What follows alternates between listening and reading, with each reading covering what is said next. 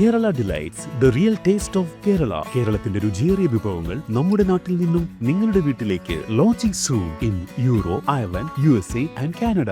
ഞാനിപ്പോൾ ഉള്ളത് ഡൊമിനിക്ക എന്ന് പറഞ്ഞ രാജ്യത്തിന്റെ എയർപോർട്ടിന് മുമ്പിലാണ്.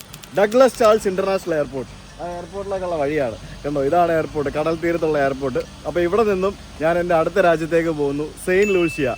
ഈ എയർപോർട്ടിൽ നിന്നുള്ള രാവിലത്തെ ഫസ്റ്റ് ഫ്ലൈറ്റിലാണ് ഞാൻ പോകുന്നത്. 8 മണിക്കാണ് എൻ്റെ ആദ്യത്തെ വിമാനം. ആ എയർപോർട്ടിൻ്റെ പരിസരമൊക്കെ നോക്കി ഒരൊറ്റ മനുഷ്യനില്ല. ഒരു ദിവസം ആകെ ഒരു 10-12 വിമാനങ്ങൾ മാത്രം വരുന്ന ഒരു കുഞ്ഞ് എയർപോർട്ടാണ് ഈ രാജ്യത്തിനുള്ളത്. അടിപൊളിയല്ലേ? So let's go inside. ഇതാണ് ഡഗ്ലസ് ചാൾസ് എയർപോർട്ടിൻ്റെ ഇവരുടെ ടെർമിനൽ എന്ന് പറയുന്നത്. ഈ കാണുന്ന ഒരു ചെറിയ സ്ഥലം ഇത്രയേ ഉള്ളൂ, കണ്ടില്ലേ? നോക്കി, നമ്മുടെ ബസ് സ്റ്റാൻഡ് ഇതിലും വലുതല്ലേ, നമ്മുടെ KSRTC ബസ് സ്റ്റാൻഡ് ഇതിലും വലുതാണ്. കാരണം ഇവർക്ക് ഇതൊക്കെ മതി, ഇതിൻ്റെ ആവശ്യമുള്ളൂ. പക്ഷേ ഇത് പോരാ. അമേരിക്കയിൽ നിന്നുള്ള കൂടുതൽ വിമാനങ്ങൾ വരണമെന്നുണ്ടെങ്കിൽ അമേരിക്കയുടെ കുറേ റെസ്ട്രിക്ഷൻസ് ഉണ്ട്. അതുകൊണ്ടാണ് ഇവിടെ അധികം ടൂറിസ്റ്റുകൾ വരാത്തത്. അതുകൊണ്ടാണ് ഇവർ പുതിയ എയർപോർട്ട് നിർമ്മിക്കുന്നത്. നമ്മൾ ഇന്നലെ വരുന്ന വഴിക്ക് കണ്ടാണ് പുതിയ എയർപോർട്ടിൻ്റെ നിർമ്മാണമൊക്കെ. ഇവിടെയാണെന്ന് തോന്നുന്നു ചെക്ക് ഇൻ കൗണ്ടേഴ്സ്. ഓ യാ, എവിടെ നമ്മുടെ ഇന്റർ കരീബിയൻ. ചെക്ക് ഇൻ ചെയ്ത് കഴിഞ്ഞ് ബോർഡിംഗ് പാസ് വാങ്ങിച്ച് പുറത്തിറങ്ങി വന്നതിന് ശേഷം വീണ്ടും നമ്മൾ വേറൊരു ഹോളിലേക്ക് കയറണം. അവിടെയാണ് ഡിപ്പാർച്ചർ. ഇതിനകത്തൊരു ബേക്കറിയോ അല്ല ഒരു റെസ്റ്റോറൻ്റ് ഒക്കെ ഉണ്ട്.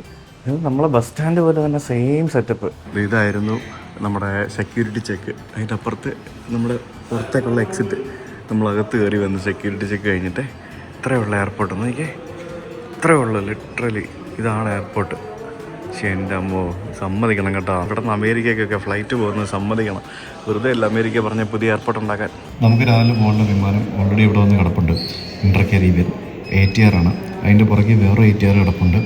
അതിൻ്റെ പുറകിൽ കോണ്ടോറാണോ ഏതാ മനസ്സിലാകുന്നില്ല, ഏതൊരു വിമാനം വേറെ കിടപ്പുണ്ട്. 3 വിമാനങ്ങൾ ഇന്നലെ വന്ന് ഇവിടെ കിടപ്പുണ്ട്, ഇന്ന് രാവിലെ പോകാൻ വേണ്ടി. പിന്നെ അങ്ങ് ദൂരെ യൂറോപ്പിൽ നിന്ന് കണ്ടു വന്നൊരു പ്രൈവറ്റ് ജെറ്റും കിടപ്പുണ്ട്. അടിപൊളി.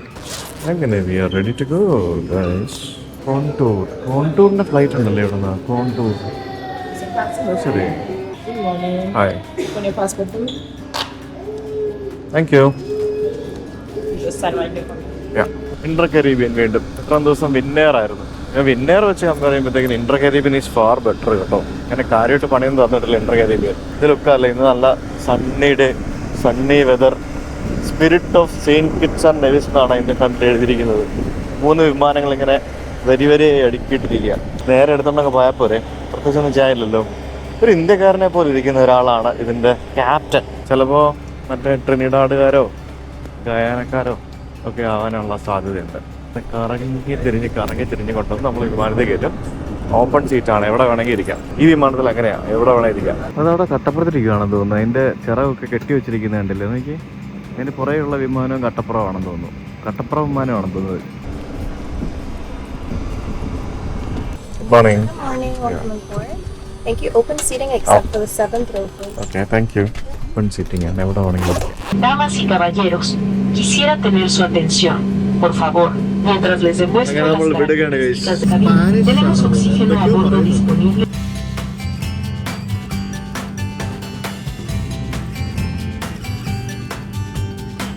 കണ്ടോ പുതിയ എയർപോർട്ടിൻ്റെ പണി കണ്ടോ? തൊട്ടപ്പുറത്താണ് പുതിയ എയർപോർട്ടിൻ്റെ പണി നടക്കുന്നത്. കണ്ടില്ലേ? അതിൻ്റെ റൺവേ കണ്ടോ? അടിപൊളി. പുതിയ റൺവേയും പഴയ റൺവേയും കൂടെ ചേർത്ത് ക്ലബ് ചെയ്യാനുള്ള പരിപാടിയാണെന്ന് എനിക്ക് തോന്നുന്നത്.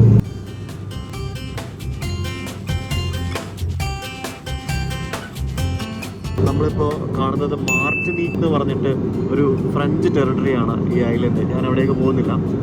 വളരെ മനോഹരമായിട്ടുള്ളൊരു ഫ്രഞ്ച് ഐലൻഡാണ് മാർട്ടിനീക്ക് എന്ന് പറയുന്നത്. മാർട്ടിനീക്ക് ഉണ്ട്, ഗൊഡലോപ്പ് ഉണ്ട്, 2 ഐലൻഡ് ഉണ്ട്. ആ 2 ഐലൻഡ് ഞാൻ പോയിട്ടില്ല.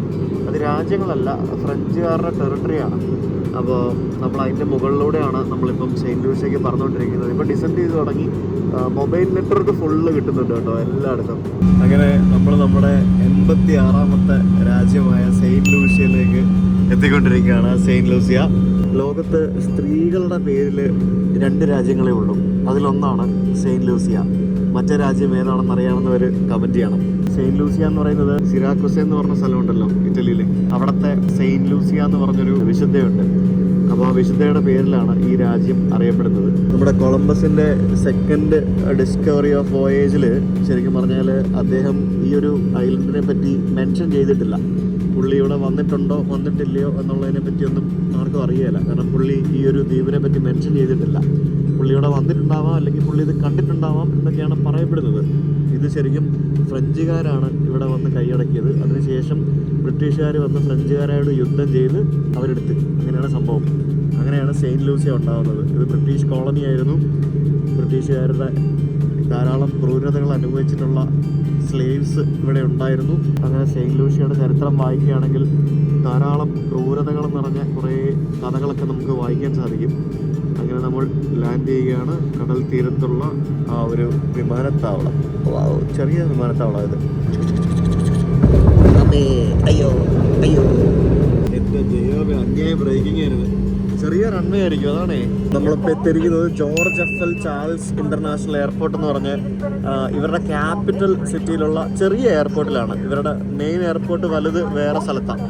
നമ്മൾ ഇവിടെ ഡൊമിനിക്കാന്ന് കയറിയ എയർപോർട്ടിനെക്കാട്ടി ചെറിയ എയർപോർട്ട്. ഇതേ പുറത്തോടെ പോകുന്ന വണ്ടിയൊക്കെ എനിക്ക് കാണാം. അത്ര ചെറിയ എയർപോർട്ട് ഇത്. Thank you. നമ്മൾ ഇറങ്ങുകയാണ്. നമ്മുടെ 86ാമത്തെ രാജ്യം സെയിൻറ്റ് ലൂസിയ. ഇതിൻ്റെ പൊന്നും അത്രേ ഉള്ളൂ. Straight to the airport terminal. അത് 5-6 പേരെ ഇവിടെ ഇറങ്ങുന്നുള്ളല്ലോ, വേറെ ആരും ഇറങ്ങുന്നില്ലല്ലോ. Welcome to Saint Lucia. എയർപോർട്ടിൻ്റെ പുറത്ത് ഇറങ്ങി വന്നു. ഇതേ പുറത്തിറങ്ങി വരുമ്പോഴത്തേക്കിനും ഇതാണ് ഇവിടെ കാണുന്നത്.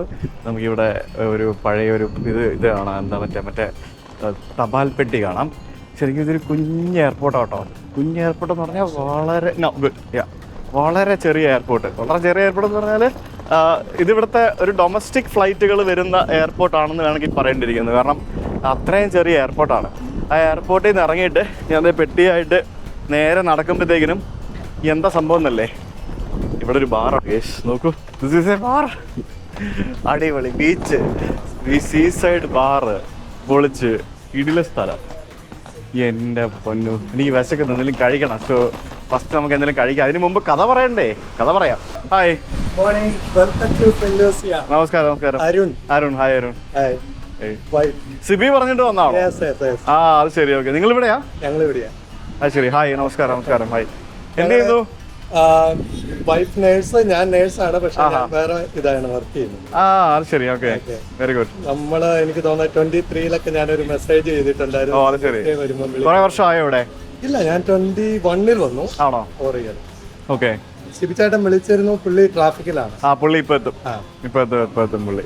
പിന്നെ സുഖം. യാത്ര എങ്ങനെയുണ്ടായിരുന്നു? നല്ല യാത്ര. എന്താ, രാവിലെ എണീറ്റ് വന്നു, ഒരു ബസ്സിൽ കയറി വരുന്ന പോലെ, അത്രേ ഉള്ളൂ. ഇതാണ് ഇവരുടെ എയർപോർട്ട്. നമ്മൾ വന്ന് ഇറങ്ങിയ ഇവരുടെ ചെറിയ എയർപോർട്ട്. വലിയ എയർപോർട്ട് വേറെ ഉണ്ടെന്നാണ് എനിക്ക് അറിയാൻ സാധിച്ചത്. ഈ കാണുന്ന കുഞ്ഞ് എയർപോർട്ടിലാണ് ഞാൻ വന്ന് ഇറങ്ങിയത്. പിന്നെ അതിന് നേരെ ഓപ്പോസിറ്റുള്ള ആ ഒരു സ്ഥലം നോക്കി, അടിപൊളിയല്ലേ, സെറ്റപ്പ് ആട്ടോ. ഇത്രയും എയർപോർട്ടിൻ്റെ ടെർമിനലൊക്കെ ഇതിൻ്റെ അടുത്ത്, ഇത്രയും അടുത്ത് ഞാൻ ആക്ച്വലി, ഇത് ഭയങ്കര രസമല്ലേ കാണാനായിട്ട്. ഇത് കിടിലം ബീച്ച് ബ്രോ. ഇത് കിടിലം ബീച്ച്. ഇത്ര അടുത്ത്, എയർപോർട്ടിൽ ഇത്ര അടുത്ത് ഇത്രയും കിടിലം ബീച്ച് എനിക്ക് അറിയത്തില്ല. ശരിക്കും ഫ്ലൈറ്റൊക്കെ ലേറ്റ് ആയി കഴിഞ്ഞാൽ നേരെ ഇറങ്ങി വന്ന് ഇവിടെ ബീച്ചിൽ ചില്ലായിട്ടിരിക്കാം, എന്നിട്ട് ഫ്ലൈറ്റിൽ കയറി പോവാം. അതാണ് ഇവിടുത്തെ സെറ്റപ്പ് എന്ന് പറയുന്നത്. നമ്മൾ വന്ന വിമാനം തിരിച്ചു പോകാനായിട്ട് റെഡി ആയിക്കൊണ്ടിരിക്കുകയാണ്. എയർപോർട്ടിന് തൊട്ട് മുമ്പിൽ തന്നെ ബീച്ചൊക്കെ ആയിട്ട് നല്ല സെറ്റപ്പാണ്. ഞങ്ങളെ ഈവനിങ് വരുന്നവരാണെങ്കിൽ നേരെ എയർപോർട്ടിൽ നിന്ന് വിളിക്കുക, അവിടെ പോയി ഇരിക്കുക, അടിക്കുക, എന്നിട്ട് പോവാ. അതാണ് ബീച്ചിന്റെ സൈഡിൽ ഇരുന്ന് അടിക്കാൻ പോവാ. അതാണ് അടിപൊളി സെറ്റപ്പാ. ഇത് ഇവരുടെ ക്യാപിറ്റൽ സിറ്റി അല്ലേ? ഇത് ക്യാപിറ്റൽ സിറ്റി. ഇതല്ല മെയിൻ എയർപോർട്ട്. മെയിൻ എയർപോർട്ട് സിബിച്ചാന്റെ ഒക്കെ വീട്, അതായത് ഇതിന്റെ അപ്പുറത്തെ സൈഡിലാണ്. വേറെ സ്ഥലം, വേറെ സൈഡാണ്. നല്ല ദൂരം ഉണ്ടല്ലേ? ഒരു 45 അത് ശരി. നമസ്കാരം. ഇന്ന് പണിക്ക് പോണ്ടേ? വരുന്ന വഴിയാണോ? നിങ്ങള് വലിയ പുള്ളിയല്ലേ? ഞാൻ ഫ്ലൈറ്റ് ഇറങ്ങി വന്നപ്പോഴത്തേക്കിനും ഒരു ലേഡി വന്നിട്ട് ആർ യു സുജിത് എന്നും പറഞ്ഞോണ്ട് നോക്കിയപ്പോ അവരുടെ ഫോണിൽ എന്റെ ഫോട്ടോ. ഞാൻ വിചാരിച്ചേ പെട്ടോ, കാരണം സാധാരണ നമ്മളെ പിന്നെയാണ് മനസ്സിലായി നിങ്ങൾ ഏർപ്പാടാക്കിയ ആളാണെന്നുള്ളത്. ഇവിടെ ക്ലിയറൻസ് എന്തെങ്കിലും ആവശ്യം ഉണ്ടെങ്കിൽ ഞങ്ങൾ വിളിക്കുന്ന ആള്. അല്ല, പിന്നെ അവര് എന്റെ ആ ഫോമും പാസ്പോർട്ടും വാങ്ങിച്ചുകൊണ്ട് പോയി. എന്നിട്ട് അവര് പൈസ വാങ്ങിച്ചു, എന്നിട്ട് സ്റ്റാമ്പ് അടിച്ചു തന്നു. ഇമിഗ്രേഷൻ കൗണ്ടറും കസ്റ്റംസും ക്ലിയർ ചെയ്ത് ഞാൻ പുറത്തിറങ്ങി. എന്റെ ടൈമിങ് കണക്കൂട്ടൽ കറക്റ്റാണ്. അല്ല, ഞാൻ 7:30 വീട്ടിൽ നിന്ന് ഇറങ്ങി. ഞാൻ വിചാരിച്ചതിനെക്കാട്ടി ഫാസ്റ്റായിട്ട് ഇവിടുത്തെ സിസ്റ്റം വർക്ക്. ഇപ്പൊ ഞാൻ ആലോചിച്ചു, മണ്ടത്തിൽ അവരുടെ അടുത്ത് പറയണ്ടായിരുന്നു, ക്യൂല് നിന്ന് പതുക്കെ വന്നാൽ മതി. മിനിറ്റ്സ് എടുത്തേരെ ഫോം എല്ലാം. അതെ, അത് ശരിയാ. ഈ സാധനം എപ്പോഴും വണ്ടിക്കകത്തുണ്ടോ? ഏത് സമയത്ത് കടലിൽ ചാടണമെങ്കിലും ചാടാൻ വേണ്ടിയാ? ആണോ? ശരി, ഓക്കെ. ഈ ബീച്ചിന് വരുന്നത് ആ, മലബാർ ബീച്ച്. മലബാർ ബീച്ച്. ഞാൻ ബോംബെയിലും കണ്ടായിരുന്നു മലബാർ ബീച്ച്. ഇവിടെ ഉണ്ടല്ലേ? ഇവിടെ ഒരു ഹോട്ടലുണ്ട്. ആ ഹോട്ടലിന്റെ പേര് മലബാർ ഹോട്ടലാ? മലബാർ. എനിക്ക് തോന്നുന്നു ഞാൻ കേട്ടിട്ടുള്ളത് ഈ റിച്ച് എന്നുള്ള ഡെഫിനേഷൻ. അപ്പൊ ബോംബെയിലെ മലബാർ ഹിൽസ് ഉണ്ട്, അവിടെ ഷാരൂഖ് ഖാനും ഒക്കെ താമസിക്കുന്നു. ഓക്കെ. അപ്പൊ ബ്രിട്ടീഷുകാർ ഒരു സ്റ്റൈലാന്ന് തോന്നുന്നത്. അല്ലെങ്കിലും മലബാർ റിച്ച് അല്ലേ? മലബാർ റിച്ച് ഇംഗ്ലീഷ് തിരുവിതാംകൂർ റിച്ചാ, കുഴപ്പമില്ല. ഞാൻ പണ്ട് പറയും ഈ തിരുവിതാംകൂർ പത്മനാഭസ്വാമി ക്ഷേത്രത്തിൽ കിടക്കുന്ന സ്വർണ്ണം എല്ലാം കൊണ്ടെടുത്ത് വിറ്റാൽ മതി. അതെ, ഈ ലോകത്തിലെ ഏറ്റവും സമ്പന്നമായ രാജ്യമായിട്ട് മാറും. കേരളം രാജ്യമാണ്. ഒരു കാര്യമുണ്ട്, അയ്യപ്പന്റെ എല്ലാം പോയി, മറ്റേത് പോയിട്ടുണ്ടോ നമുക്ക് അറിയത്തില്ല. അയ്യപ്പന്റെ വിഗ്രഹം തന്നെ ഒറിജിനൽ ആണോ നമുക്ക് അറിയത്തില്ല. അതെ, പത്മനാഭസ്വാമി ക്ഷേത്രത്തിൽ അവിടെ നിലവിറക്കാത്തുള്ള സാധനങ്ങളൊക്കെ അവിടെ ഉണ്ടോ അതോ പോയത് നമുക്ക് അറിയാല. അതവിടെ ഇരിക്കട്ടെ, പോവാം. ഇത് സിബിച്ചേട്ടനെ പറ്റി ഞാൻ കേൾക്കാൻ തുടങ്ങിയത് കുറെ അമേരിക്ക വരുന്നതിന് മുമ്പ് സിബിച്ചേട്ടനെ പറ്റി കേൾക്കാൻ തുടങ്ങിയതാണ്. നമ്മുടെ ഓസ്ട്രേലിയയിലുള്ള വേൾഡ് മലയാളി ഫെഡറേഷന്റെ പ്രിൻസേട്ടനാണ് എനിക്ക് സിബിച്ചേട്ടനെ കണക്ട് ചെയ്ത് തന്നത്. പിന്നെ ഞാൻ എവിടെ പോയാലും ഞാൻ ഈ കരീബിയൻ ട്രിപ്പ് എന്ന് പറയുമ്പോഴത്തേക്കിന് സെന്റ് ലൂഷ്യ എന്ന് പറയുമ്പോഴത്തേക്കും സെന്റ് ലൂഷ്യ പോകുന്നുണ്ടോ, അവിടെ സിബിച്ചേട്ടനുണ്ട് കേട്ടോ. അങ്ങനെ പറയാത്തവരായിട്ട് ആരുമില്ല. ഞാൻ ആരൊക്കെ എവിടെയൊക്കെ ഏതൊക്കെ മലയാളി അമേരിക്ക തുടങ്ങി നിങ്ങളുടെ പേര് കേൾക്കുന്ന നിങ്ങൾ ശരിക്കും വലിയ പുള്ളിയല്ലേ? അപ്പൊ ഇതേ അപ്പൊ എല്ലാ പ്രേക്ഷകർക്കും സെല്ലൂഷ്യയിലേക്ക് സ്വാഗതം. സെല്ലൂഷ്യ ഒരു കൊച്ചു രാജ്യമാണ് കേട്ടോ. വളരെ ചെറിയ പോപ്പുലേഷൻ, വളരെ ചെറിയ പോപ്പുലേഷൻ. 2 ലക്ഷം പേരില്ലേ ഇവിടെ ഉണ്ട്. അതിനകത്ത് 10-40,000 പേര് സെല്ലൂഷ്യക്ക് പുറത്ത്. പക്ഷേ സെല്ലൂഷ്യക്ക് ചില പ്രത്യേകതകളുണ്ട്. ലോകത്തില് സ്ത്രീകളുടെ പേരുള്ള ഒരേ ഒരു രാജ്യമാണ് സെല്ലൂഷ്യ. ഇല്ല, ഒരൊറ്റ രാജ്യം. ഇന്നലെ ചെക്ക് ചെയ്തായിരുന്നു പറയാൻ. ഞാൻ 2 ഉണ്ട്, എനിക്കറിയത്തില്ല അത് രണ്ടാമത്തെ. അപ്പൊ ഞാൻ ആൾക്കാരോട് കമന്റ് ചെയ്യാൻ പറഞ്ഞായിരുന്നു രണ്ടാമത്തെ ഏതാ. എന്തായാലും ആദ്യത്തെ ഇതായിരുന്നു. അയർലൻഡ് ഗോഡസ് നെയിം അല്ലേ? അല്ല, ഇത് പൊതുവെ ചാറ്റ് ജിപിടി ഗൂഗിൾ ആണല്ലേ? ഇങ്ങനെ പറയുന്നത്. അപ്പൊ ഒന്നേ ഉള്ളു. എന്റെ അറിവിൽ ഒന്നേ ഉള്ളൂ. ഇതൊക്കെ എപ്പോ വേണമെങ്കിലും അങ്ങോട്ടും ഇങ്ങോട്ടൊക്കെ മാറാമല്ലോ. അതൊന്ന്. 2, സെന്റ് ലൂഷ്യക്ക് 2 നോബൽ പ്രൈസ് വിന്നേഴ്സ് ഉണ്ട്. ഈ 2 ലക്ഷം കുറച്ച് ആൾക്കാരിനകത്തുനിന്ന് 2 നോബൽ പ്രൈസ് വിന്നേഴ്സ്. അതിന്റെ ഡിഫറൻസ് മനസ്സിലാണെങ്കിൽ സെന്റ് ലൂഷ്യ പോപ്പുലേഷന്റെ 1200 ഇരട്ടിയുണ്ട് പാകിസ്ഥാൻ പോപ്പുലേഷൻ. അവിടെ 2 നോബൽ പ്രൈസേ ഉള്ളൂ. അപ്പൊ ആ വ്യത്യാസം മനസ്സിലായി കാണാൻ. ഓക്കെ. സെന്റ് ലൂഷ്യക്ക് ഒളിമ്പിക്സിൽ 2 മെഡലുണ്ട്. 100 മീറ്ററിൽ സ്വർണവും 200 മീറ്ററിൽ വെള്ളി. T20 വേൾഡ് കപ്പിൽ 2 പ്രാവശ്യം ഒരേ ഒരു team back to back champions ആയിട്ടുണ്ട്. 2ന്റെ captain Daren Sammy is from Saint Lucia. Okay. ലോകത്തിലെ ഒരേ ഒരു ഡ്രൈവിൻ വോൾക്കാനോ അതും സെന്റ് ലൂഷ്യയിലാണ്. എന്ത് ഡ്രൈവിൻ വോൾക്കാനോ? അതായത് വണ്ടി ഓടിച്ചു പോകാവുന്ന പുകയുന്ന അഗ്നിപർവ്വതം. ഞാൻ ഡൊമിനിക്കയിലെ വോൾക്കാനോ കാണാൻ പോകാൻ നോക്കിയിട്ട് നടന്നില്ല. നന്നായി. ദൂരെ ഇവിടെ എല്ലാ വോൾക്കാനോ ഉണ്ട്. മിക്ക ഐലൻഡിലും ഈസ്റ്റേൺ കരീബിയൻ മിക്ക സ്ഥലത്ത് ഡൊമിനിക്കുണ്ട്. ഇവിടെ നമുക്ക് പോകാം. ശരി. ഞാൻ ഇതുവരെ വോൾക്കാനോ ലോകത്തിലെ രണ്ടാമത്തെ ഹൈയസ്റ്റ് ലൈറ്റ് ഹൗസും. ഹൈയസ്റ്റ് ലൈറ്റ് ഹൗസ് ഉദ്ദേശിക്കുന്നത് ഈ ഹൈയസ്റ്റ് ലോങ്സ്റ്റ് ഒക്കെ വ്യത്യാസമുണ്ട്. കുന്നിന്റെ മേളിരിക്കുന്ന ലൈറ്റ് ഹൗസ് അതും സെന്റ് ലൂഷ്യയിലാണ്. അങ്ങനെ നോക്കുകയാണെങ്കിൽ സൈസ് കൊണ്ട് ചെറുതാണെങ്കിലും മറ്റൊരുപാട് പ്രത്യേകതകളുള്ള മനോഹരമായ ഒരു കൊച്ചു രാജ്യമാണ്. കാശുണ്ടെങ്കിൽ പാസ്പോർട്ടും തരും. അത് തന്നെ $150,000. നമുക്ക് അതിന്റെ ആൾക്കാരൊക്കെ കണ്ട് കുറച്ചുകൂടെ വിവരങ്ങൾ എടുക്കാം. അല്ല, കാശ് മാത്രം പോരാ. കാശ് മാത്രം പോരാ, നിങ്ങൾ അതിന് എലിജിബിളും ആയിരിക്കണം. നിങ്ങൾ വേറെ ഒന്നും ഉടായ്പ പരിപാടികളൊന്നും ഇൻവോൾവ് ആവുക. അങ്ങനെയൊക്കെയുള്ള ഭയങ്കരമായിട്ട് ഡീലൻസ് ചെയ്യും അവര്. സെന്റ് ലൂഷ്യൻ പാസ്പോർട്ടിന് 143+ കൺട്രീസിൽ വിസ വേണ്ട. UK വിസ വേണ്ട, 6 മാസം വരെ താമസിക്കാം. കാനഡയിൽ വിസ വേണ്ട. മെജോറിറ്റി ഓഫ് യൂറോപ്പ്, എൻ്റെ സൗത്ത് അമേരിക്ക, എൻ്റെ ആഫ്രിക്ക ആകെ വിസ വേണ്ടത് 153 കഴിഞ്ഞാൽ പിന്നെ വളരെ ചുരുക്കം രാജ്യങ്ങളേ ഉള്ളൂ സെന്റ് ലൂഷ്യക്ക് വിസ വേണ്ട രാജ്യങ്ങൾ. ട്രാവലിംഗ് പാർട്ട് കുറച്ച് ഈസി. അപ്പൊ അതുകൊണ്ട് മാത്രം ഒരുപാട് പേര് സെന്റ് ലൂഷ്യ നാഷണൽ ആവാൻ വേണ്ടി വരും. നമുക്ക് പതുക്കെ അടുത്ത വീഡിയോകളിൽ ബാക്കി കാര്യങ്ങൾ പറഞ്ഞു കൊടുത്താൽ പോരെ? മതി. എല്ലാം കൂടെ നമ്മൾ ഇന്ന് പറഞ്ഞാൽ നാളെ മറ്റന്നാൾ നമ്മൾ എന്ത് സംസാരിക്കും? പഠിച്ചു വെച്ചിരുന്നേ പറയാം.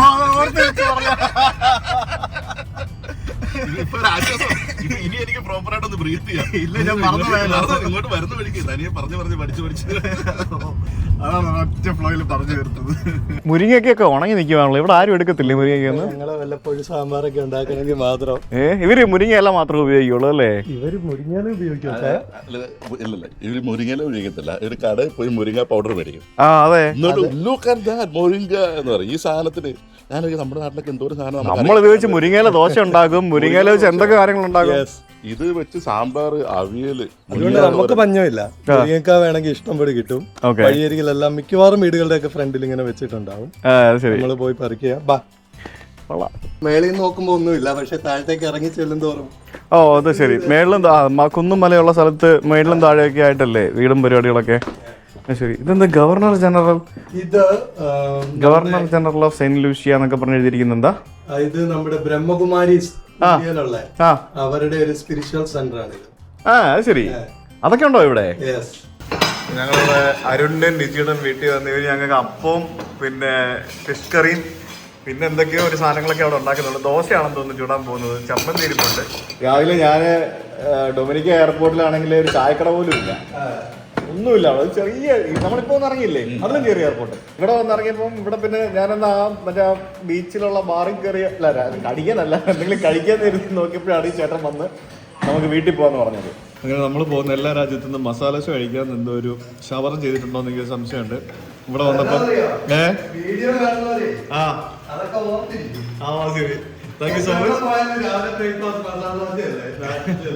അപ്പോൾ എനിക്ക് ഇവിടെ നിന്നും മസാല ദോശ ഉണ്ടാക്കി തന്നിരിക്കുകയാണ്. അപ്പോൾ thank you Niji four everything. നമ്മൾ പിന്നെ വരുമല്ലേ? ഇവിടെയാണ്.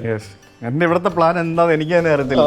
ഇവര് രണ്ടു കൊണ്ടാണ് എന്റെ പ്ലാനൊക്കെ. ഫുൾ കോർഡിനേറ്റർ ഉണ്ടെന്ന് കൂടെ. പുള്ളി രാവിലെ ഇന്നലെ എനിക്ക് ഐറ്റിനറി ഒക്കെ അയച്ചിരിക്കുന്നു. ഇത്ര മണിക്ക് ഇന്ന സ്ഥലം, ഇത്ര മണിക്ക് ഇന്ന സ്ഥലം, ഇത്ര മണിക്ക് ഇന്ന സ്ഥലം, ഇത്ര മണിക്ക് ഇവിടെ, ഇത്ര മണിക്ക് അവിടെ എന്നൊക്കെ പറഞ്ഞുകൊണ്ട് പുള്ളി ഫുള്ള് ചാർട്ട് ചെയ്ത് വെച്ചിരിക്കുകയാണെന്ന് തോന്നുന്നു. ഈ മിനിസ്ട്രിയുടെ പ്രോഗ്രാംസ് ഒക്കെ ചാർട്ട് ചെയ്യുന്ന മനുഷ്യനാണ്. ഇത് എന്താ പരിപാടി? ഡീറ്റെയിൽഡ് ഐറ്റിനറി ഒക്കെ അയച്ചു വന്നേക്കുന്നത് 2 ദിവസത്തേക്കുള്ളത്. കണ്ടിട്ടുണ്ടോ? ഇതെന്താ സാധനം? കാറ്റർപില്ലർ. അത് കൊള്ളാലോ. അതെന്താ? കാറ്റർപില്ലർ ഇവര് പറയുന്നത്. ഇത് ഇതാകത്തില്ല. ഇതിനങ്ങനെയാണോ പറയുന്നേ? ഇത് ചൊറിയൻ പുഴുവാണോ? അല്ല, ചൊറിയത്തൊന്നുമില്ല. ഇല്ല, നല്ല ഭംഗിയുള്ള പുഴുവാണല്ലോ, നല്ല കളർഫുൾ പുഴു. അതെ, ഈ മരം മുഴുവൻ വെട്ടിയത് ഇത് നിറച്ചതായിരുന്നു. അടിപൊളി. നിങ്ങൾ ശ്രദ്ധിക്കാത്ത വേറെ കാര്യം, മേനെ പ്യാർ അതാണോ? പിന്നെന്താ? ഇടയ്ക്കത്തെ കൂടെ കൂട്ടി വായിച്ചേ. ഓശോ മേനെ ഇനി ഇത് നമ്പർ വായിക്കും. മേനെ പ്യാർ കിയാ. ഇതിനു വേണ്ടി മാത്രം കിയാ മേടിച്ച ആളാണ്. ദൈവമേ. അല്ല, ഇതൊന്ന് വായിച്ചേ. PA5181 എന്താ സംഭവം? ഓ സിബി. അത് ഞാൻ കത്തിയില്ല, sorry. Maine Pyar Kiya Sibi hold arms we need. ഓ തകർത്ത്. ഇനി എന്തെങ്കിലുമൊക്കെ ഉണ്ടോ ഇതേപോലെ? ബെഞ്ചോ സർപ്രൈസുകളാണ്. ആണല്ലേ? ഇനി നിങ്ങൾ കാണാൻ പോകുന്നേ ഉള്ളത്. അത് ശരി. പള്ളിയിലോട്ട് പോവാം. പള്ളിയിലോ? 1890 പണിഞ്ഞ പള്ളി. ഓക്കെ, പോയി നോക്കാം. അപ്പോൾ നമ്മൾ എത്തിയിരിക്കുന്നത് കാസ്ട്രീസ് എന്ന് പറയുന്ന ഇവരുടെ ക്യാപിറ്റൽ സിറ്റി എന്ന് പറയുന്ന സ്ഥലത്തേക്കാണ് നമ്മൾ എത്തിയിരിക്കുന്നത്. ഡൊമിനിക്കൊക്കെ വെച്ച് നോക്കുമ്പോഴത്തേക്കിനും ഇത് ഭയങ്കര അധികം വ്യത്യാസമുള്ള ഒരു സ്ഥലം. ബാങ്ക് ഓഫ് സെയിന്റ് ലൂഷ്യ എന്നല്ലേ പറയുന്നത്? ലൂഷ്യ അല്ലല്ലോ, ലൂഷ്യ. ഇത് ഞങ്ങളുടെ പ്രധാനമന്ത്രിയുടെ. ഇതാണോ? അത് ശരി. ഇതാണ് ഇവരുടെ പ്രധാനമന്ത്രിയുടെ ഓഫീസ്, അഡ്മിനിസ്ട്രേറ്റീവ് ബിൽഡിംഗ്. ഇത് ഇവിടുത്തെ ബസ് സ്റ്റാൻഡാണ്. കേസ് നോക്കൂ, ഇങ്ങനത്തെ ടൊയോട്ടയുടെ മറ്റേ ഹയാസ് പോലത്തെ വണ്ടിയാണ് ഇവിടെ.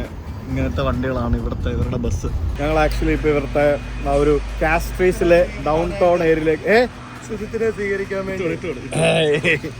Welcome to Saint Lucia. Thank you so much. ഇതിന്റെ പേര്, ഇത് ഇവരുടെ ട്രഡീഷണൽ വസ്ത്രധാരണമാണ്.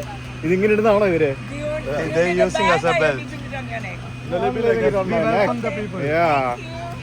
ഇത് ശരിക്കും ഇതിന്റെ പേര് മദ്രാസ് എന്നാണ്. മദ്രാസ്. ഇവരുടെ Do you know why it's called Madras? That's Madras. Do you know why it's called Madras? Well, it's more than a national. Do you know why it's called Madras? That's what I was. Tell me why. Tell me why. I don't know. I know, but I don't want to tell you that. Traditional. ഇതിന് മദ്രാസ് എന്നാണ് ഈ കാണുന്ന ഇവരുടെ traditional വസ്ത്രങ്ങൾക്ക് പറയുന്ന പേരെന്ന് പറയുന്നത്. മദ്രാസ് തൊപ്പിയും ഈ ഒരു തീമിലുള്ള സാധനമാണ്.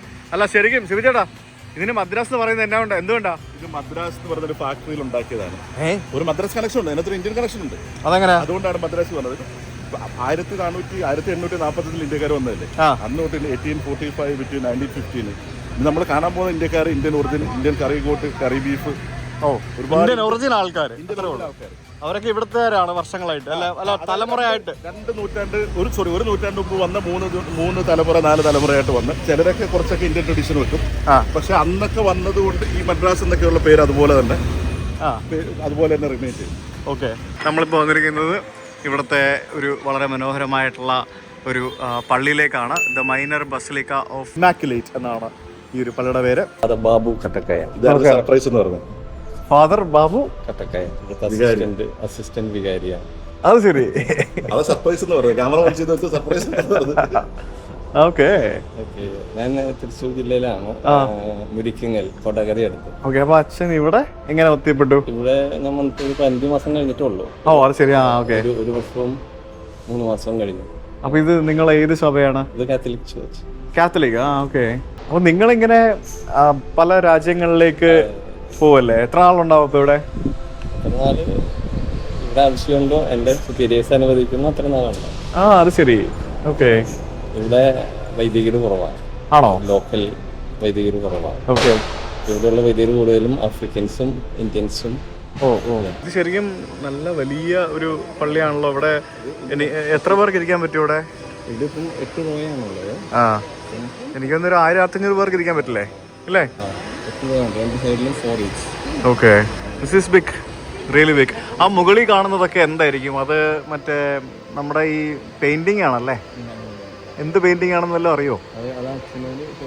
ഇവിടുത്തെ അച്ഛനോട് ചോദിക്കണം. അത് നല്ല ഭംഗിയുണ്ട് കാണാൻ. എല്ലാം പെയിന്റിംഗ് ആണ്. നമ്മുടെ ചുമർ ചിത്രങ്ങളൊക്കെ പോലെ ഉണ്ട് ആക്ച്വലി കാണാനായിട്ട്. ഇന്നിപ്പോൾ ഇവിടെ ഒരു ക്രൂസ് ഷിപ്പ് വന്നിട്ടുണ്ട്. ആ ക്രൂസ് ഷിപ്പ് വന്നിട്ടുള്ളതുകൊണ്ട് ഇവിടെ അത്യാവശ്യം ടൂറിസ്റ്റുകൾ ധാരാളമായിട്ട് വരുന്നുണ്ട്. ക്രൂസ് ഷിപ്പ് ഇനിയിപ്പോൾ അങ്ങോട്ട് ക്രൂസ് ഷിപ്പുകളുടെ സീസൺ ആരംഭിക്കുകയാണ്. ഒരു ഫ്രഞ്ച് കൺസ്ട്രക്ഷനാണ്, ഫ്രഞ്ച് സ്റ്റൈലാണ്. ഈ ഐലൻഡ് ഫ്രഞ്ച് ബ്രിട്ടീഷ് അമ്മ അടിയായിരുന്നു. കാരണം 7 വർഷം ഫ്രഞ്ചുകാരും അതുപോലെ തന്നെ 7 വർഷം ബ്രിട്ടീഷുകാരും മാറി മാറിയായിരുന്നല്ലോ. അതെ. എന്നിട്ട് ഏറ്റവും അവസാനം 79 വരെ ബ്രിട്ടീഷുകാരാണ്. ബ്രിട്ടീഷുകാരിൽ നിന്നാണ് ഇൻഡിപെൻഡൻസ് കിട്ടിയത് 79-ൽ. അതെ. അതിനുശേഷം പിന്നെ ഇൻഡിപെൻഡൻസ്. ഇവിടുത്തെ director general is of representative of king. അതെ. ഡയറക്ടർ ജനറലിന്റെ ഒരു പാലസ് ഉണ്ട്. അതെ. Whole square will be there. മുകളിലോ? അവിടെയോ? Only choir will be there. അത് ശരി. Okay. Participants will be here. Choir, the whole system choir. അത് ശരി. നമ്മുടെ നാട്ടിലെ കൊയറൊക്കെ ഇവിടെ മുമ്പിൽ സൈഡിലൊക്കെ അല്ലേ നിൽക്കുന്നേ? ഓരോ പള്ളിയുടെ സൗകര്യം അനുസരിച്ചാണല്ലോ. ഇപ്പം ഇതുപോലെ മുമ്പ് ഈ പള്ളിയുടെ സ്ട്രക്ചർ ഇങ്ങനെയായിരുന്നു പറഞ്ഞത്. ഇങ്ങനെ. പിന്നീട് അത് തിരിച്ചതാണല്ലേ? അങ്ങനെയാക്കിയതാണ്. അത് ശരി. 125 വർഷം പഴക്കമുള്ള ഒരു പള്ളിയാണിത്. ബസിലിക്കയല്ലേ ബേസിക്കലി? മൈനർ ബസിലിക്കയാണ്. അപ്പോൾ ഇവിടെ വന്നിട്ട് കരീബിയൻ രാജ്യത്ത് ഇവിടെ ഒരു പള്ളിയിൽ ഒരു മലയാളി വൈദികനെ കണ്ടപ്പോഴത്തേക്കിനും സത്യം പറഞ്ഞാൽ അത് ഞാൻ ഞെട്ടിപ്പോയി. ഇനിയും ഉണ്ടോ ഇതുപോലെ വല്ല സർപ്രൈസുകൾ? ഞെട്ടണമല്ലോ. ഈ ഭാഗം കൂടുതൽ എനിക്ക് തോന്നുന്നു കാത്തലിക്സ് ആണ് അല്ലേ? Catholic country. അപ്പോൾ ഇവിടെ നിങ്ങൾ ആരെങ്കിലും ഇവിടെ സെയിന്റ് ലൂഷ്യയിൽ വരുമ്പോഴത്തേക്കിനും ഇവിടെ പള്ളിയിൽ വരികയാണെങ്കിൽ അച്ഛനെ കാണാം. സുജിത്തിന്റെ അടിപൊളി എപ്പോഴും ഞാൻ ഓർക്കാറുണ്ട്. ഓക്കെ. വീഡിയോയിലെല്ലാം അടിപൊളി. സന്തോഷം. Thank you. ഇദ്ദേഹമാണ് ഇവിടുത്തെ മെയിൻ പ്രീസ്റ്റ് അല്ലേ? വികാരി. He was the VG, Vicar General of this diocese. അത് ശരി. ഓക്കെ. ഇപ്പം അത് റിട്ടയർഡാണ്. ഓക്കെ. അത് ശരിയാ. But still he is active in the ministry. Okay. That's nice. പുള്ളി എനിക്ക് വേണ്ടി എന്തോ ഒരു സംഭവം പ്രിപ്പയർ ചെയ്ത് കൊണ്ടുവന്നിട്ടുണ്ട്. Okay. So I will give. Happy, you can take that. Okay. Yeah, sure. Okay. But so the first church here was built in 1834. 1834. This church, okay? Now it was this way. This way. This way, yes. Okay. So this was the main altar, and this was the exit. So it was a very small church. It's a very small church, right? Okay. A very small church. ഞങ്ങൾ ഈ ബസിലിക്കയുടെ മേളിൽ വന്നേ. ഇവിടെ കണ്ടില്ലേ ഇത്രയും വലിയ സ്ഥലമുണ്ട്. ഈ ഒരു സ്ഥലത്താണ് ഇവര് കൊയർ ടീം ഇരിക്കുന്നത്. ഇതിൽ നിറച്ച ആൾക്കാരുണ്ടാവും. അതായത് ഓരോ കുർബാനയ്ക്കും ഓരോ കൊയറായിരിക്കും. അത് ശരി. Morning 6 o'clock, 8 o'clock, 10 o'clock. പിന്നെ സാറ്റർഡേ ഈവനിങ് 6. ഓക്കെ. ഓരോന്നിനും ഓരോ സെപ്പറേറ്റ് കൊയർ. അത് ശരി. I think this is one of the biggest church in the entire Caribbean, right? Yeah, because I have been to almost all the churches in the past countries, and this is one of the biggest among that. Yeah, that's what it's called, Basilica, right? Well, that's also probably part why I don't want to. Yeah. Okay. Thank you so much, and appreciate your time. For coming and good. telling all the stories about the beautiful church. Yes. And as you saw, a lot of tourists here. Yeah. We're hoping to get a tour so we get As tourists come here, they can. you'll be having a lot of people today. Oh yes. For sure. ശരിക്കും ഈ coir എന്ന് പറയുന്നത് കുർബാനയുടെ ഒരു feel കൂട്ടുന്ന ഒരു കാര്യമാണ് അല്ലേ? ഞാൻ ആക്ച്വലി കുർബാനയ്ക്കൊന്നും കൂടിയിട്ടില്ല, കാരണം നമ്മൾ ക്രിസ്ത്യാനി അല്ലാത്തതുകൊണ്ട് എനിക്ക് കുർബാന കൂടാൻ പറ്റിയിട്ടില്ല. പക്ഷെ ധാരാളം ചടങ്ങുകൾക്ക് പോയിട്ടുണ്ട്, അതായത് മാമോദീസ, കല്യാണം. അപ്പോൾ ഈ കല്യാണത്തിന് നമുക്ക് കൊയറിന്റെ ഒരു ഇത് കാണാമല്ലോ, അപ്പോൾ അത് തന്നെ ഒരു പ്രത്യേക ഫീലാണ്. അപ്പോൾ കുർബാനയിൽ ഇരിക്കുമ്പോൾ അതിന്റെ എത്രത്തോളം ഒരു ഫീൽ ഉണ്ടാവും എന്നുള്ളത് നമുക്ക് ഊഹിക്കാവുന്നതേ ഉള്ളൂ. സിംഗിങ് ആൻഡ് ഡാൻസിങ് ഒരു പാഷനാണ്. അതെ അതെ. ഇവര് കുർബാനയിൽ പങ്കെടുക്കുമ്പോഴും പാടുമ്പോഴും വെറുതെ നിന്ന് അങ്ങനെ നിൽക്കില്ല, അവര് മൂവ് ചെയ്തോണ്ടായിരിക്കും. ഓക്കെ തന്നെയാണ്. അപ്പൊ കുർബാനയ്ക്ക് ഇടയ്ക്ക് ഇപ്പം ഞങ്ങൾ വൈദികർക്കാണെങ്കിൽ പോലും ആൾക്കാരിൽ ചെറുതായിട്ട് മൂവ് ചെയ്താൽ ശരി. ഓക്കെ, നടക്കുമ്പോൾ ചെറിയൊരു ഡാൻസ് മൂവ്മെന്റ് ഉള്ളത്. ഓക്കെ, അപ്പൊ എന്തായാലും സന്തോഷം കണ്ടതില്. അപ്പോ തൃശ്ശൂരല്ലേ അച്ഛൻ്റെ സ്ഥലം പറഞ്ഞു? തൃശ്ശൂർക്കാരൻ ഫാദർ ബാബു അല്ലേ? യെസ്, ഇവിടെ കണ്ടതിൽ വളരെയധികം സന്തോഷമുണ്ട്. അപ്പോൾ ഇനിയും വരുമ്പോൾ കാണാം. ഓക്കെ, അങ്ങനെ ഞങ്ങൾ പള്ളിയിൽ നിന്ന് ഇറങ്ങി നമ്മളിപ്പോൾ ഇനിയിപ്പോൾ എങ്ങോട്ടാ പോകുന്നത്? കപ്പൽ കിടക്കുന്ന കാണാനായിട്ട്. കരീബിയൻ്റെ എല്ലാ രാജ്യത്തും നമുക്ക് കപ്പലുകൾ വന്ന് കിടക്കുന്ന കാണാൻ സാധിക്കും. ആ കപ്പലുകളാണ് ഈ രാജ്യത്തിൻ്റെ ഒരു പ്രധാന വരുമാന മാർഗം എന്ന് പറയുന്നത്. ശരിക്കും പറഞ്ഞാൽ ഒരു ദിവസം വിമാനത്തിൽ വരുന്നതിൻ്റെ ഇരട്ടിയിലധികം ആൾക്കാരാണ് സീസൺ സമയത്ത്, ഇരട്ടി എന്ന് പറയാൻ പറ്റില്ല, അതിൽ കൂടുതൽ ആൾക്കാരാണ് സീസൺ സമയത്ത് കപ്പലുകളിൽ ഇവിടെ വരുന്നത്. ആകെയുള്ളൊരു പ്രശ്നം എന്ന് പറയുന്നത് കപ്പലിലുള്ള ആൾക്കാർ ഇവിടെ വന്ന് ഹോട്ടൽ എടുക്കില്ല, അവർ വന്ന് പകൽ മൊത്തം കറങ്ങി പക്ഷെ അത്യാവശ്യം പൈസയൊക്കെ സ്പെൻഡ് ചെയ്തിട്ടായിരിക്കും പോകുന്നത്. ഒരു വർഷം 1 മില്യൺ അടുത്ത് ടൂറിസ്റ്റുകൾ വരും. അതിനകത്ത് 750,000 പ്ലസ് ആൾക്കാർ വരുന്നത് ക്രൂസിന്. പറഞ്ഞ പോലെ രാവിലെ വരുന്നു, ഇവിടെ ഗ്രൗണ്ട് അടിക്കുന്നു, ടാക്സിക്കാർക്ക് നല്ല വരുമാനം കിട്ടും, ടൂറിസ്റ്റ് സ്ഥലങ്ങൾക്ക് നല്ല വരുമാനം കിട്ടും. ബാക്കിയുള്ള 400,000 ആൾക്കാർ ഇവിടെ സ്റ്റേ ചെയ്യുന്നവരാണ്. ഫ്ലൈറ്റിൽ വരുന്നവർ മിക്കവാറും ഒരാഴ്ചയൊക്കെ സ്റ്റേ ചെയ്യും. അപ്പൊ ഇതിന്റെ രസം എന്ന് പറഞ്ഞാല് ഈ 200,000 2 ലക്ഷത്തിനടുത്ത പോപ്പുലേഷൻ, ഇവിടുത്തെ പോപ്പുലേഷന്റെ 5 ഇരട്ടി ആൾക്കാരാണ് ഓരോ വർഷവും ഇവിടെ വരുന്നത്. നമ്മുടെ നാട്ടിനെയൊക്കെ വെച്ച് നോക്കുമ്പോൾ അത് വലിയൊരു സംഖ്യയാണ് അങ്ങനെ വരുന്നത് ടൂറിസ്റ്റുകൾ എന്ന് പറയുന്നത്. ടൂറിസമാണ് ഇവിടുത്തെ എക്കോണമിയുടെ പ്രധാന റൺ ചെയ്യുന്നത്. എക്കോണമി അപ്പൊ ടൂറിസം സീസൺ ഓഫ് സീസൺ ആകുമ്പോഴത്തേക്ക് ഇത്രയും ഇതിന്റെ പകുതി തിരക്കേ ഉണ്ടാവത്തുള്ളൂ സിറ്റിയിലൊക്കെ. അതെ, എനിക്ക് തോന്നുന്നു കരീബിയനിൽ തന്നെ ഏറ്റവും കൂടുതൽ ജനസംഖ്യ ഉള്ള ഒരു രാജ്യങ്ങളിലൊന്നാണ് സെയിന്റ് ലൂഷ്യ എന്ന് പറയുന്നത്. ഈസ്റ്റേൺ കരീബിയനിൽ. അതെ, അവിടെ ദൂരെ നമുക്ക് ഒരു കപ്പൽ കിടക്കുന്ന കാണാം. അത് ഇവിടെ വന്ന ക്രൂസ് ഷിപ്പാണ്. പിന്നെ ഇപ്പുറത്തൊരു കണ്ടെയ്നറായിട്ട് വന്ന ഒരു ചരക്കപ്പൽ കിടപ്പുണ്ട്. ഇത് ശരിക്കും നമ്മൾ നോക്കുമ്പോഴത്തേക്കിനും ഒരു ബിൽഡിംഗ്, അതായത് ഇവിടെ ഇതുപോലെ ഒരു ബിൽഡിംഗ് അവിടെ പണിത് വെച്ചിരിക്കുന്ന പോലെ നമുക്ക് തോന്നുള്ളൂ ഒരു ക്രൂസ് ഷിപ്പ് കണ്ടു കഴിഞ്ഞാൽ. ഇവിടെ ഈ രാജ്യത്ത് 2 പോർട്ടുണ്ട്. അതിൽ ഒരു പോർട്ടിലാണ് നമ്മളിപ്പോൾ എത്തിയിരിക്കുന്നത്. ഈ പോർട്ടിലാണ് നമുക്ക് ഇവിടെ ഒരു കപ്പൽ വന്നിങ്ങനെ കിടക്കുന്നത് കാണുന്നത്. ശരിക്കും ഇവിടെ വെള്ളമോ ബാക്കിയുള്ള സംഭവങ്ങളൊന്നും കാണാതിരിക്കുകയാണെങ്കിൽ ശരിക്കും അതൊരു കപ്പലാണെന്ന് പറയാൻ പറ്റുമോ? ആ പോക്കറ്റിലും കൂടെ മറച്ചു വെച്ച് കഴിഞ്ഞാൽ ശരിക്കും ഒരു ബിൽഡിംഗ്. ഇവിടെയും ഡയമണ്ട് കച്ചവടവും സ്വർണ്ണ കച്ചവടവും ഒക്കെ ഇന്ത്യക്കാരാണ്. ഈ എല്ലാ രാജ്യത്തും ഉള്ള ഈ ഒരു സംഭവം ശരിക്കും നമ്മൾ ഇതുവരെ കാണാതിരുന്നത് നമ്മുടെ സെയിന്റ് കിറ്റ്സിൽ മാത്രമാണ്. അല്ല, സെയിന്റ് കിറ്റ്സിലായിരുന്നു, എവിടെയായിരുന്നു മറന്നുപോയി കേട്ടോ. ഓരോ ദിവസം ഓരോ രാജ്യം ആയതുകൊണ്ട് എവിടെ എന്താ കണ്ടെന്നുള്ളത് മറന്നുപോയി. നമ്മളെവിടെ ഡൊമിനിക്കയിൽ മാത്രമാണ് നമ്മൾ ഈ സാധനം ഒന്നും കാണാതിരുന്നത്. സെയിന്റ് കിറ്റ്സിലുണ്ടായിരുന്നു കേട്ടോ. ഡൊമിനിക്കയിലാണ് ഈ സാധനം കാണാതിരുന്നത്. അവിടെ ജസ്റ്റ് ഒരു എന്താ പറയുക, ചെറിയ സെറ്റപ്പുകളൊക്കെ ഉണ്ടായിരുന്നുള്ളൂ. ഇതുപോലത്തെ ഡ്യൂട്ടി ഫ്രീ ഏരിയാസ് ഇവിടെയുള്ള പല രാജ്യങ്ങളിലും നമുക്ക് കാണാൻ സാധിക്കുന്നതാണ്. ഈ കപ്പലിൽ വരുന്ന ആൾക്കാരൊക്കെ ഇവിടെ ഇറങ്ങി ഷോപ്പിംഗ് ഒക്കെ ചെയ്ത് പല സാധനങ്ങളൊക്കെ വാങ്ങിച്ചു പോകുന്ന ആൾക്കാരാണ്. ശരിക്കും ഇത് ഭയങ്കര വലിയ കപ്പലാണല്ലോ. വാവ്, അടിപൊളി. ഇത് ഭയങ്കര നീളമുണ്ടല്ലോ. കപ്പലിൽ നിന്ന് ഇറങ്ങി വന്നിട്ട് ഇവിടെ പുറത്ത് വന്നിരുന്ന് ബിയർ അടിക്കുന്ന ആൾക്കാർ നമുക്ക് ഇവിടെ കാണാം. ഇഷ്ടംപോലെ സുവനീർ ഷോപ്പുകളുണ്ട് ഇവിടെ. ഞങ്ങളങ്ങനെ നടന്ന കപ്പലിൻ്റെ അടുത്തെത്തി. ഈ കപ്പൽ എന്ന് പറയുമ്പോഴത്തേക്കിന് ഒരു അറ്റം മുതൽ മറ്റേ അറ്റം വരെ എന്തോരം ദൂരം ഉണ്ടെന്ന് എനിക്ക്, എന്തോരം മുറികളുണ്ടെന്ന് എനിക്ക്. ശരിക്കും ഇനി ഇവിടെ അമേരിക്ക വന്നിട്ട് ഈ ക്രൂസ് ഷിപ്പിൽ പോകണം. അത് വേറൊരു എക്സ്പീരിയൻസ് ആയിരിക്കും. സെയിന്റ് ലൂഷ്യ എന്നും പറഞ്ഞു വേണ്ടിയിട്ട് ഒരു ബോർഡുണ്ട്. അതിന് മുമ്പിൽ നിന്ന് ഫോട്ടോ എടുക്കാം. അങ്ങനെ പല പരിപാടികൾ വരെ ഇവിടെ ഒരു 3-4 കപ്പലുകൾ വരെ ഒരുമിച്ച് അറ്റ് എ ടൈം വരാൻ കപ്പാസിറ്റി ഉള്ള ഒരു പോർട്ടാണ് ഇത്. അപ്പോൾ വളരെ മനോഹരമായിട്ടുള്ള ആ ഒരു കപ്പൽ. ക്രൂസ് ഷിപ്പിൽ യാത്ര ചെയ്യുകയാണെങ്കിൽ ഇങ്ങനെ പല കരീബിയൻ ദ്വീപുകളിൽ കണക്ട് ചെയ്ത് പോകാൻ പറ്റുന്ന ക്രൂസ് ഷിപ്പ് യാത്രകൾ നിങ്ങൾക്ക് ചെയ്യാൻ പറ്റും. നിങ്ങൾക്ക് കൺട്രി കൂട്ടാൻ വേണ്ടിയാണെങ്കിൽ വളരെ അഫോർഡബിളായിട്ട് ചെയ്യാൻ പറ്റുന്ന ഒരു പരിപാടി കപ്പലിൽ കയറി വരിക എന്നുള്ളതാണ്. കാരണം 4 രാജ്യത്തേക്ക് പോകുന്ന ഫ്ലൈറ്റ് ടിക്കറ്റ് എടുത്താൽ കപ്പൽ ഒരാഴ്ച താമസിക്കാം. ഒരു രാജ്യത്തുനിന്ന് ഒരു രാജ്യത്ത് $250 ഒരു ഫ്ലൈറ്റ് ടിക്കറ്റ്. കരീബിയൻ മൊത്തമുള്ള ഫ്ലൈറ്റ് ടിക്കറ്റ് മാത്രം എൻ്റെ 5 ലക്ഷം രൂപ. അറിയോ? 5 ലക്ഷം രൂപ. അത് ഈ പറഞ്ഞ 10 രാജ്യങ്ങളിലേക്കുള്ള അങ്ങോട്ടും ഇങ്ങോട്ടും കേൾക്കില്ല. 5 ലക്ഷം രൂപ ഫ്ലൈറ്റ് ടിക്കറ്റ് മാത്രം. അല്ല സോറി, ഫ്ലൈറ്റ് ടിക്കറ്റും ഹോട്ടലും ഞാൻ ബുക്ക് ചെയ്ത സംഭവം എല്ലാം കൂടെ ചേർത്ത്. അടിപൊളിയാണല്ലോ. അതാണ് നിങ്ങളുടെ ക്യാപിറ്റൽ സിറ്റി, കാസ്ട്രീസ് എന്ന് പറയുന്നവരുടെ ക്യാപിറ്റൽ സിറ്റി. നമ്മൾ അവിടെ നിന്ന് മുകളിലേക്ക് കയറിപ്പോയിക്കൊണ്ടിരിക്കുകയാണ്. ഇവിടെ ഒരു വ്യൂ പോയിന്റ് ഉണ്ടല്ലോ, നമുക്ക് വേണമെങ്കിൽ ഇവിടെ നിന്ന് നിർത്താം. ഇവിടെ നല്ലൊരു അടിപൊളി ഒരു വ്യൂ പോയിന്റ് ആണ്. ആ വ്യൂ പോയിന്റ് അവരവിടെ ആക്ച്വലി ഒരു ബിസിനസ് കേന്ദ്രം കൂടി ആക്കി മാറ്റിയിരിക്കുകയാണ്. അപ്പോൾ ഇവിടെ നിന്നുള്ള വ്യൂ എന്ന് പറയുന്നത് ഇത് കണ്ടോ, നമ്മുടെ ക്യാപിറ്റൽ സിറ്റി, പിന്നെ അവിടെ ആ ക്രൂസ് സ്പോട്ട്. ഇവിടെ ലുക്ക് ഔട്ട് പോയിന്റ്, പക്ഷെ ലുക്ക് ഔട്ട് പോയിന്റിൽ നിന്ന് ലുക്ക് ചെയ്യാനുള്ള സ്ഥലമില്ല. ഇവിടെ മൊത്തം കടകളാണ്.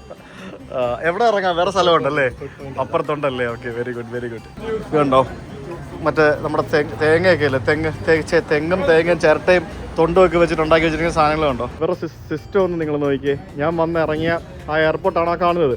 അതായത് ഇവിടുത്തെ ഒരു കരീബിയൻ, അതേ ഒരു വിമാനം അവിടെ ലാൻഡ് ചെയ്യുന്നല്ലോ, ഉണ്ടോ?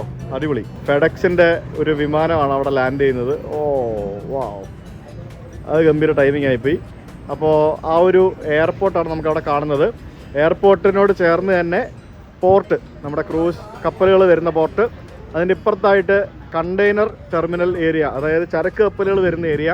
അപ്പോൾ ഇതെല്ലാം കൂടെ ഒരൊറ്റ സ്ഥലത്ത് കേന്ദ്രവൽക്കരിച്ച് വെച്ചിരിക്കുകയാണ്, കണ്ടില്ലേ? പിന്നെ ആ ഒരു ക്യാപിറ്റൽ നഗരം, അതാണ് നമുക്കിവിടെ കാണാൻ സാധിക്കുന്നത്. ഇത് കംപ്ലീറ്റ് ഇത്രേ ഉള്ളൂ. ഈ കാണുന്നതാണ് ഇവരുടെ ക്യാപിറ്റൽ സിറ്റി എന്ന് പറയുന്നത്. ഒരു ഹെലികോപ്റ്ററും കൂടെ തൊട്ട് പുറകെ വന്ന് ലാൻഡ് ചെയ്യുന്നുണ്ട്, കണ്ടില്ലേ?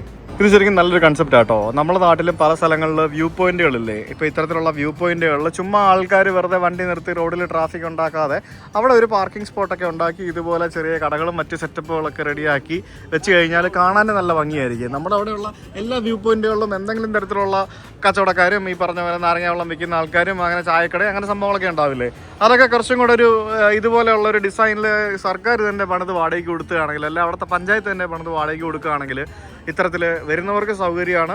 അത് കാണാനും നല്ല വൃത്തിക്കും മെനക്കിയിരിക്കുകയും ചെയ്യും. അങ്ങനെ മനോഹരമായിട്ടുള്ള വ്യൂ പോയിന്റിന്റെ മുകളിൽ ഈ വ്യൂ എല്ലാം കണ്ടുകൊണ്ട് താമസിക്കുന്ന ഗവർണറിന്റെ വീടാണ് ഈ കാണുന്നത്. ഗവർണറിന്റെ വീട്. നിങ്ങൾ ശരിക്കും ഇന്ത്യൻ ക്രിക്കറ്റ് ടീമിന്റെ കൂടെ എത്ര തവണ യാത്ര ചെയ്തിട്ടുണ്ട്? ഒരു തവണ അല്ലാതെ ഇവിടെ അവരിവിടെ വെസ്റ്റ് ഇൻഡീസ് വന്ന സമയത്ത് വേൾഡ് കപ്പിൽ ഇന്ത്യൻ ക്രിക്കറ്റ് ടീമിന്റെ ലൈസൺ ഓഫീസറായിരുന്നു. ഓ, അതാണ് എൻ്റെ ഒരു വേൾഡ് കപ്പിൽ. അതിന് മുമ്പ് ബംഗ്ലാദേശിലൂടെ വർക്ക് ചെയ്തിട്ടുണ്ട്, വെസ്റ്റ് ഇൻഡീസിലൂടെ വർക്ക് ചെയ്തിട്ടുണ്ട്, ഇംഗ്ലണ്ടിലൂടെ വർക്ക് ചെയ്തിട്ടുണ്ട്. അത് ഇന്റർനാഷണൽ ടീമുകൾ കരീബിയനിൽ വരുമ്പോൾ അവരുടെ കൂടെ വർക്ക് ചെയ്യുന്ന ഒരാളാണ്. എന്നാൽ സ്വാഭാവികമായിട്ട് ഇന്ത്യ പോലൊരു വലിയ ടീം വേൾഡ് കപ്പിൽ ഒരാളിനെ പ്രിഫർ ചെയ്യുമ്പോൾ അപ്പോൾ കുറേ വർഷത്തെ ക്രിക്കറ്റിംഗ് എക്സ്പീരിയൻസ് എനിക്ക് കരുതലുണ്ട്. അപ്പോൾ നിങ്ങളുടെ മെയിൻ എക്സ്പെർട്ടീസ് അതാണ്? അതെ. ശരി. In the cultural connections between the two Nations. അല്ല, ക്രിക്കറ്റ് അസോസിയേഷൻ, ഞാൻ സെല്യൂഷൻ നാഷണൽ ക്രിക്കറ്റ് അസോസിയേഷന്റെ ട്രഷറാണ്. അല്ലാതെ ഇവിടെ നമുക്ക് ക്രിക്കറ്റ് ടീമുണ്ട്. ഞാൻ കുറേ വർഷമായിട്ട് ക്രിക്കറ്റുമായിട്ട് ബന്ധപ്പെട്ടു. ഇവിടെ വന്നു കഴിഞ്ഞപ്പോൾ വെസ്റ്റ് ഇൻഡീസ് ക്രിക്കറ്റ് ഫേമസ് ആണല്ലോ, അപ്പോൾ സ്വാഭാവികമായിട്ട് നമ്മൾ അതിന്റെ കൂട്ടത്തിൽ ഓളത്തിലങ്ങ് പോയി. ഞാൻ ആന്റിഗ പോയപ്പോഴത്തേക്കിനും അവിടെ വെസ്റ്റ് ഇൻഡീസിന്റെ ഹെഡ് ക്വാർട്ടേഴ്സ് ഉണ്ടല്ലോ, അവിടെ പോയിരുന്നു.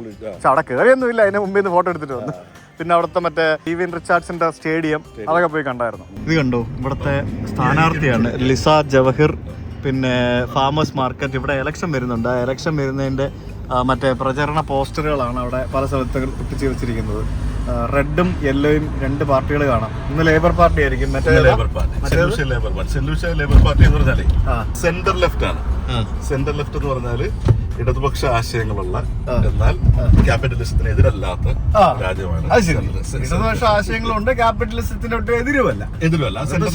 അമേരിക്കയോട് ചേർന്നിരിക്കുമ്പോ അങ്ങനെ തന്നെ വേണം. ഇത് കേൾക്കുന്നിടത്ത് ഞാൻ പറയാം, ഇതൊക്കെ നമ്മുടെ ഒരു ധാരണ വെച്ച് പറയുന്നതാണ്. ഇതിനകത്ത് എന്തെങ്കിലും തെറ്റുണ്ടെങ്കിൽ നമ്മളെ അപമാനിച്ച് പുച്ഛിച്ച് ചവിട്ടരുത്. അല്ല, ഒരു കാര്യം ഞാൻ പറയാം, ഇതേ ചിന്താഗതിയല്ല ചൈനീസ് ഗവൺമെന്റിനും. അത് അമേരിക്കയിലൊക്കെ ഇത് തന്നെ അതല്ലോ. അതുപോലെ വിയറ്റ്നാമിലും ഈ പറഞ്ഞ പോലെ വിയറ്റ്നാമിലും സെയിം അല്ലേ? അതായത് ഇവിടെ സോഷ്യലിസം ഉണ്ട്, ഡെമോക്രസി ഉണ്ട്. പക്ഷേ ഇടതുപക്ഷ ഇവിടുത്തെ പൊളിറ്റീഷ്യൻസ്, റൂളിംഗ് പാർട്ടിയുടെ പൊളിറ്റീഷ്യൻസ് അങ്ങോട്ടും ഇങ്ങോട്ടും കൊമ്രേഡ് എന്നാണ് വിളിക്കുന്നത്. കൊമ്രേഡ് നമ്മളെടുത്ത് പറഞ്ഞാൽ സഖാവ്. ചോരച്ചെങ്കുടി കണ്ടില്ലേ?